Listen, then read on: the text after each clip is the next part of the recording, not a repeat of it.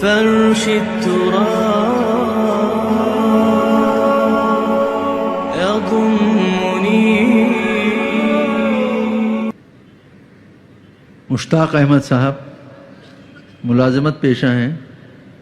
آپ کا سوال ہے کہ شرک کو چھوڑ کر میری ذات سے دانستہ یا غیر دانستہ لغزشیں ہوتی رہتی ہیں جس کا براہ راست فوری اثر میری روزی روٹی پر ہوتا ہے.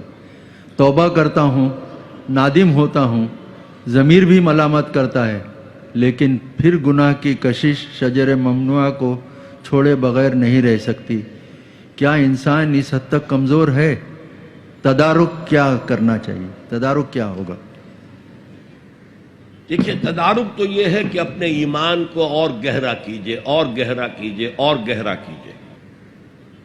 جس کا منبع اور سرچشمہ قرآن ہے. قرآن پڑھیں اور قرآن کو اول تو کوشش کریں، اگر آپ کی عمر ابھی ایسی ہے کہ آپ سیکھ سکتے ہیں تو عربی زبان سیکھیں اور قرآن کو اپنی آنکھ سے پڑھیں، ترجمے سے نہیں.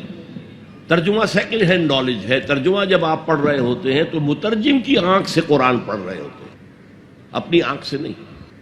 تو وہ سیکنڈ ہینڈ نالج ہے. وہ نالج دے سکتا ہے، انسپائر نہیں کر سکتا. ترجمہ کبھی انسپائر نہیں کرتا. تو ایمان جو پیدا ہوتا ہے وہ قرآن کو سمجھ کر پڑھنے سے ہے.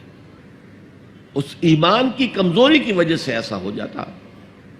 اچھا، یہ بھی ہے کہ بعض طبائع، جیسے کوئی جسمانی طور پر بہت قوی ہے، بعض جو کمزور ہیں پیدا ہی لاغر ہوتے ہیں اور پھر ساری عمر لاغر رہتے ہیں.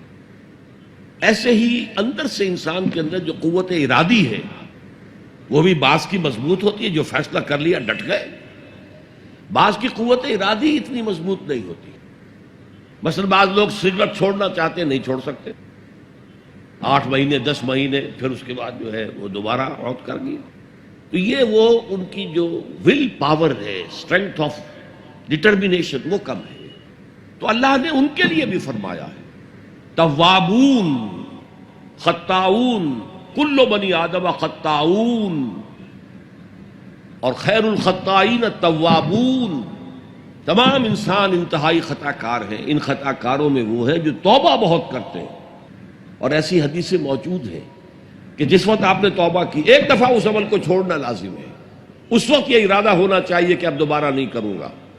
اس وقت دل کے اندر جو ہے پشیمانی ہونی چاہیے. اور اگر وہ حقوق و لباد کا گناہ ہے تو یا تو جس کا پیسہ مارا ہے اس سے معافی حاصل کریں یا کمپنسیٹ کریں، اس لیے کہ حقوق و لباد کے جو معاملات ہیں وہ اللہ معاف نہیں کرے گا. اپنے حقوق کو معاف کرنے میں وہ بہت سخی ہے. اس کے بعد آپ کچھ عرصے کے بعد پھر گناہ ہو گئے، پھر توبہ کریں. پھر گناہ ہو جائے پھر توبہ کریں. جڑے رہیں اللہ کے ساتھ. میں اس کی مثال دیا کرتا ہوں، کسی بچے کو ماں مار رہی ہے، وہ بچہ ماں ہی سے لپٹ رہا ہے. اسی طریقے سے اللہ سے لپٹے رہو اور سمجھو کہ ہاں یہ مجھ سے گناہ ہو رہا ہے، پھر دوبارہ. تو اس لیے کوئی حرج نہیں ہے. اگر آپ کی قوت ارادی کمزور ہے تو اللہ تعالیٰ جو ہے آپ کی جو بھی قوت اس نے آپ میں رکھی ہے، آپ کے جینز میں کوئی کمزوری ہے تو میں بیان کر چکا ہوں کہ جو شاکلہ انسان کا ہے، قل کل یعمل علی شاکلتہ، یہ وہ جینز کے ذریعے سے بنتا ہے اور ماحول کی وجہ سے بنتا ہے.